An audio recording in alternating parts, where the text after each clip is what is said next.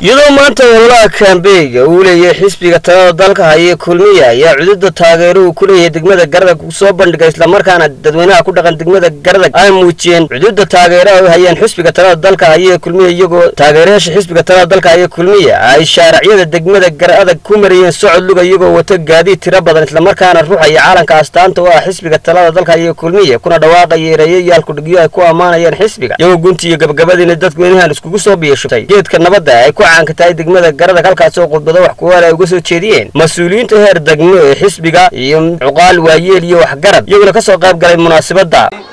madal baynu leeyahay madasheenu waa 13 bisha 12 oo aynu ugu gurno xisbiga kulmiye musharax madaxweyne Muuse Biixi Cabdi soo sidaa ma aha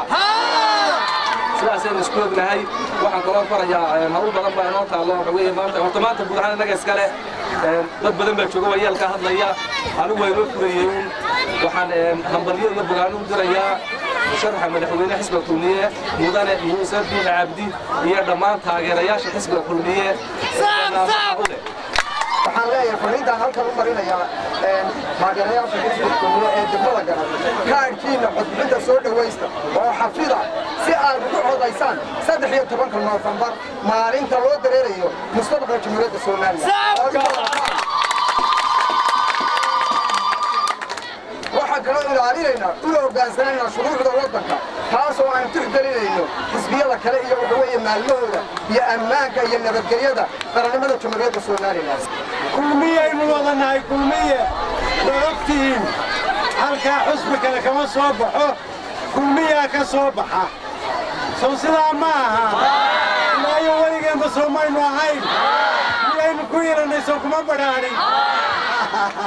wadda toosaa la marayaa مدخلة يلا مرين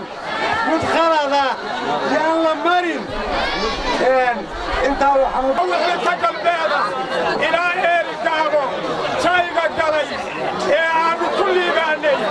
بابوس استمهيسو وعنكم هذا يا شايقة قد حوينين نوس سبيي انت كتب بيسيها كلا الى المستقبل كبسوبي وعن وقوم الشارين يوم سبيع عبدي يساقون الله حنابر يقابل Muuse Biixi inaade waxaan ku hayaa garba sare oo baliyan waxaan ku hayaa wax taageero ka weyn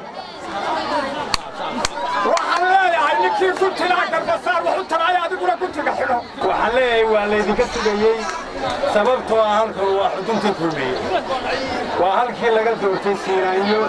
Muusena waa laga dooranayaa waxaan leeyahay dadku waxay ku qanceen xisbiga kulmiye ay raadeen siyaasadda hufan ee xisbiga kulmiye iyo hogaaminta iyo horumarinta intii xilka qasb leeyahay muddo kuma jiro waxaan maqashiinayaa dhammaan xisbiyada iyo Somaliland reer Garadag meelaan kulmiyaaynu ma socdaan waxaan ballan qaadaynaa hada nagama ahee inaanu xisbiga taageero kaliya ku taalo Somaliland lixda gobol ka codka badan lixda gobol sida gobol ka cod badan soo boogidin lixda gobol ka tartamayna bal gobole sayla tale dowladda caynkaasa inaa ka cod badan kuwa soo tartamayna ogaada waxaa la doonayaa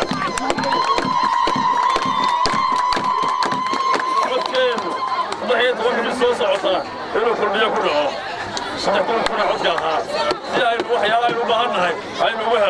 sidoo kale dhammaanba deegaanada hoostaga degmada Garadag ayaa dadweynaha ku dhaqan deegaanadaasi waxay muujiyeen cudurda taageero ay u hayaan xisbiga talada dalka haya kulmiye iyadoo deegaanada daaka sida weyn u muujiyay cudurda taageero ay u hayaan xisbiga talada dalka haya kulmiye ay kamid ahaayeen Fadhigaab Sincaro Faraguul Dowsaweyne Qoori Dheere Balambaal Ceelcadde waa Madar Sare warbaahinta qaranka Jamhuuriyadda Somaliland Garadag